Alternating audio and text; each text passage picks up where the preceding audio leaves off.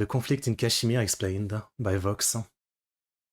On February 14th, 2019, a suicide bomber attacked a convoy of Indian security forces. Reports of multiple casualties in a He killed at least 40 Indian soldiers here in Kashmir. The deadliest attack the region has seen this century. The bomber was part of an Islamic militant group based in Pakistan. Jaish-e-Mohammed claimed responsibility for that attack. 12 days later, India carried out airstrikes in northwestern Pakistan. Oh.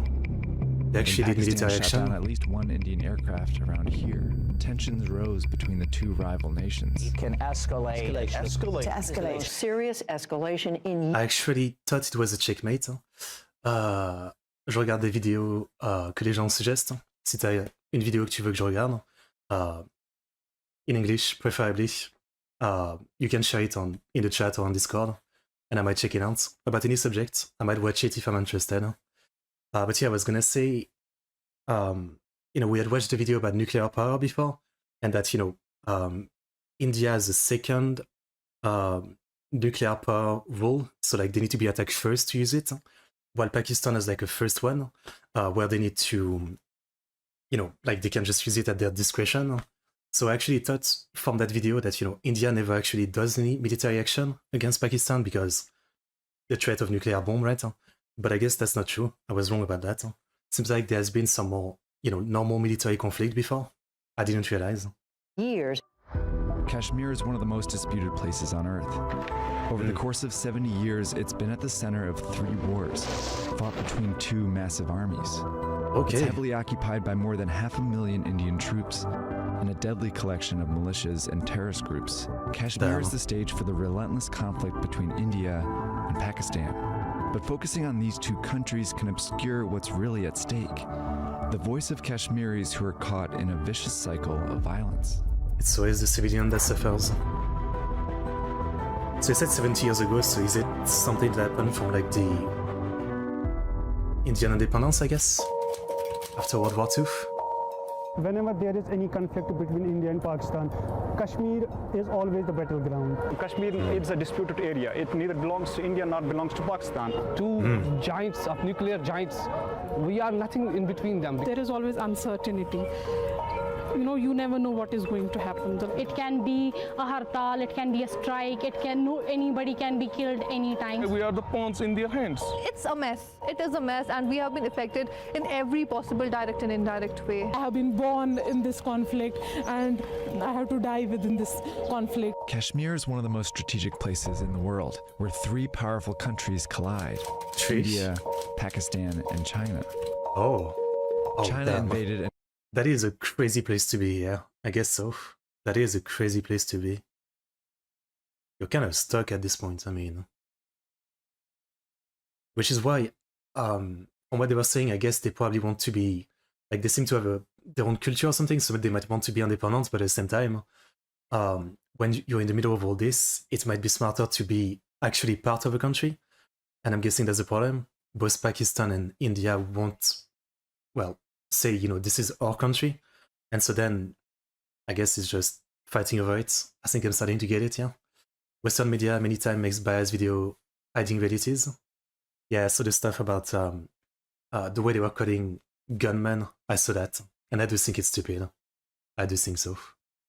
Took this slice of Kashmir from India and was given this one by Pakistan.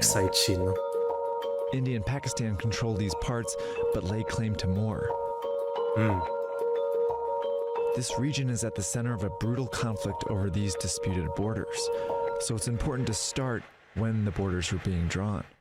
In the mid-1800s, India was a patchwork of several hundred provinces and princely states under British rule. A century later, when British India won independence, the British left and hastily decided to split the region into 2. Yes. These areas would be a new Muslim-majority country, Pakistan, and this would be the mostly Hindu but secular. Wait, so the British made Pakistan? Damn. Pakistan wasn't a country before 1947. It was Muslim-dominated province of India. That's more than it. So like there was no need to make it a country. Like it would have been fine if it was like still just a region inside India. Then no. India. The partition was bloody. communal hatred flares up in the Punjab. 1 million people become refugees overnight. They flee from savagery and butchery that has never been exceeded, even in India's stormy history. Amid the chaos, why did the British do that, though? Like, why did they leave making another country out of nowhere? That seems like random. Princely states were given the choice to join either country. In most cases, the ruling monarchs... Divide and rule was British strategy to rule on such large country? Yeah, but they said that the British did that when they left. Maybe it would have made sense before, but as they're leaving, it's like they can't gain anything from it. Or is it just because like it's out of spite? They wanted to create a mess while leaving? Followed the will of their people. But this state, called Jammu and Kashmir, was different. It was right along this new border and had a Muslim-majority population, but was ruled by a Hindu monarch. When asked to pick a side, the ruler chose to stay neutral. Fearing that the monarch would join India, the Kashmiri population rebelled here in 1947. Armed tribesmen from Pakistan soon joined the fight. The monarch turned to India for military help and in exchange agreed to join them, which sparked the First Indo-Pakistan War in Kashmir. 47. So right away. Increased the threat to world peace and brought the dispute to the attention of the United Nations. Millions of people. The UN Security Council brokered a ceasefire in 1949, which established this line, with Pakistan controlling this side and India this one. So they just split it. They also asked Pakistani tribesmen to withdraw and Indian troops to follow so that Kashmir could hold a direct vote to decide its own future. But neither held up their end of the deal. Pakistan argued that Kashmir's Muslim-majority population rightfully belonged with them, while India insisted that Kashmir was handed over to them by the Hindu monarch, so they doubled down and added Kashmir to their constitution. The vote was never held. I think every person in Kashmir has been affected by India and Pakistan. The Kashmir is completely destroyed by India. But like, what about now then? But I guess like, even if there was a vote, I mean, I don't think people would care, right?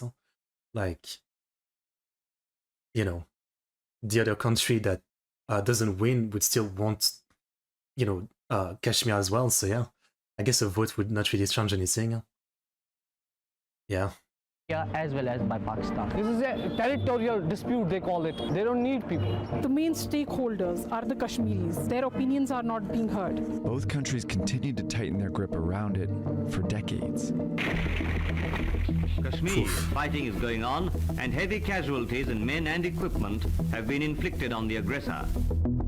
In 1965, the Second Indo-Pakistan War broke out in Kashmir. Thousands of people were killed between the huge armies on both sides. A ceasefire ended the war, but didn't change this line. Kashmir was kept divided and occupied. And another war broke out in 1971. This time the focus wasn't in Kashmir, it was in East Pakistan. Here, India helped rebels fight for independence and dealt Pakistan a devastating defeat. This region became a new... On the completely other side of India? Oh, it became Bangladesh. Okay.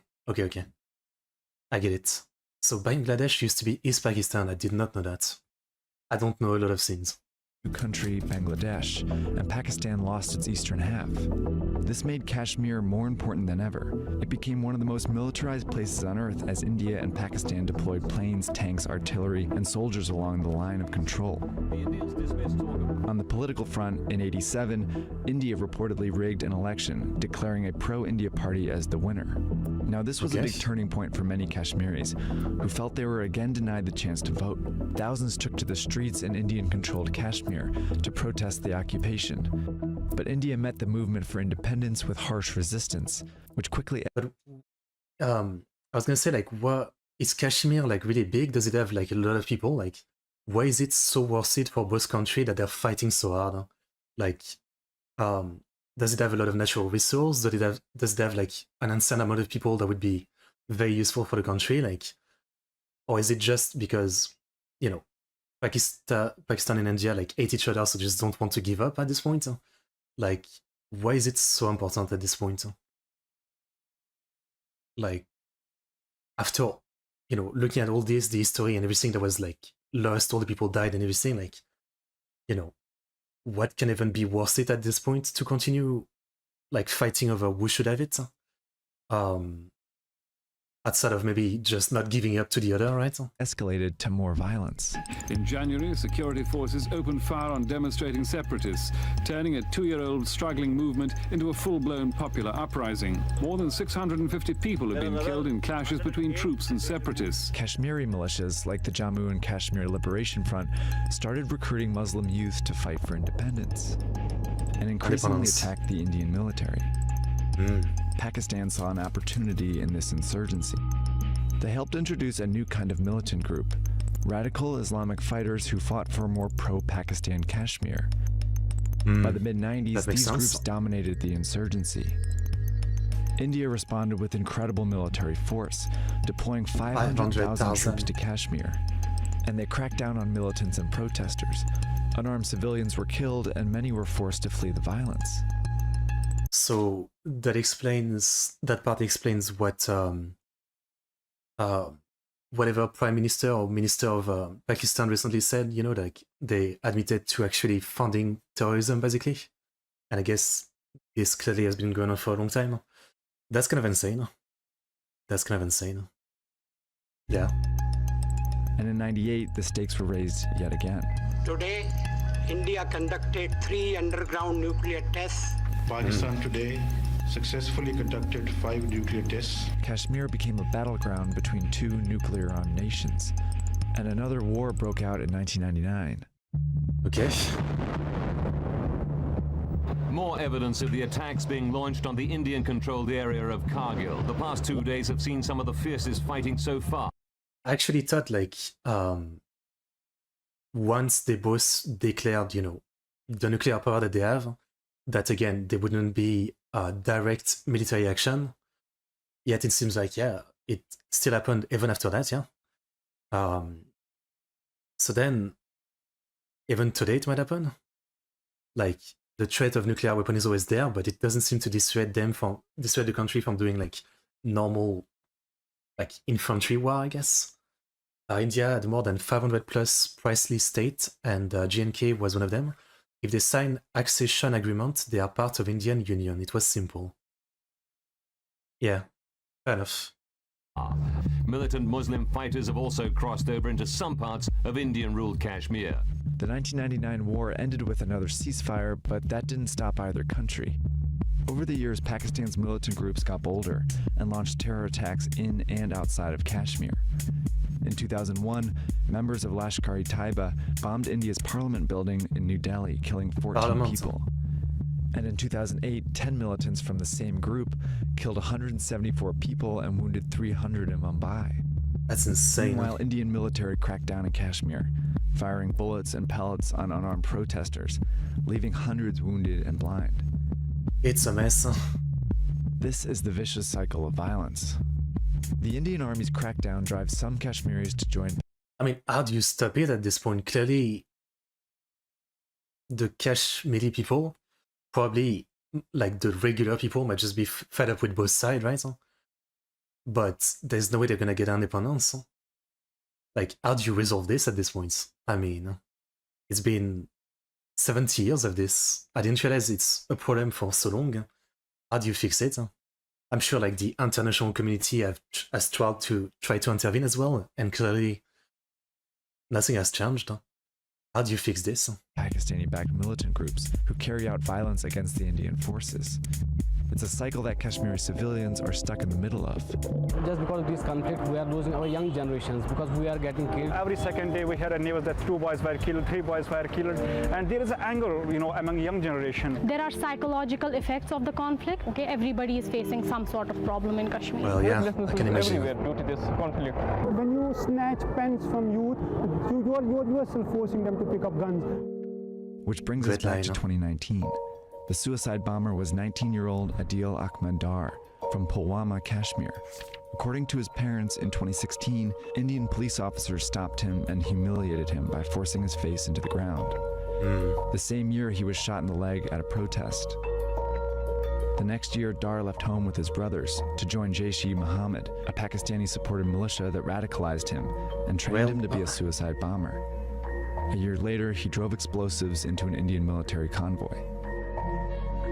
For more than 70 years, India and Pakistan have driven Is that gonna change anything? retaliation, and exploitation in Kashmir.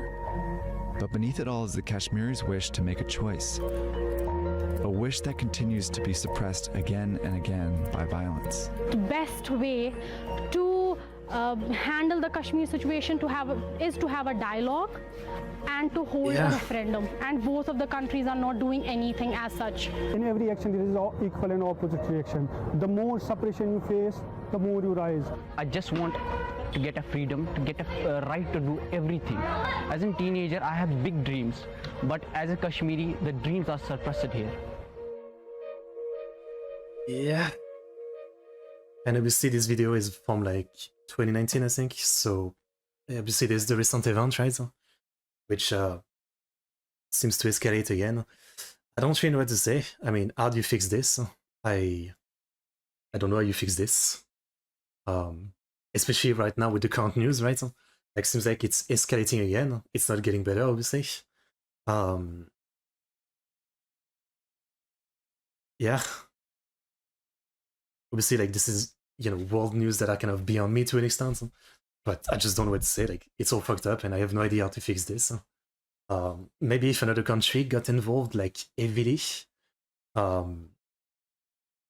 you know, to try to, like, stop things. But as we've seen many times through history, like, for example, NATO or the UN peacekeepers or whatever, stuff like that.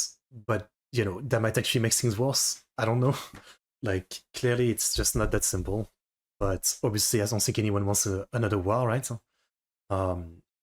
I haven't seen all the news right now. I kind of hope that there isn't going to be another war, but at the same time, yeah.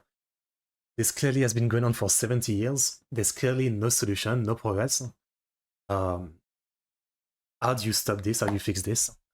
Like, clearly both countries, like, probably don't have the intention to let Kashmir decide if they want to be independent or not.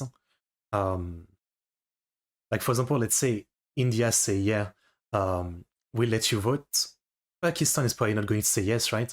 They're probably going to be like, you know, this is our chance to actually take more power and take the place, and vice versa, right? So what's the solution?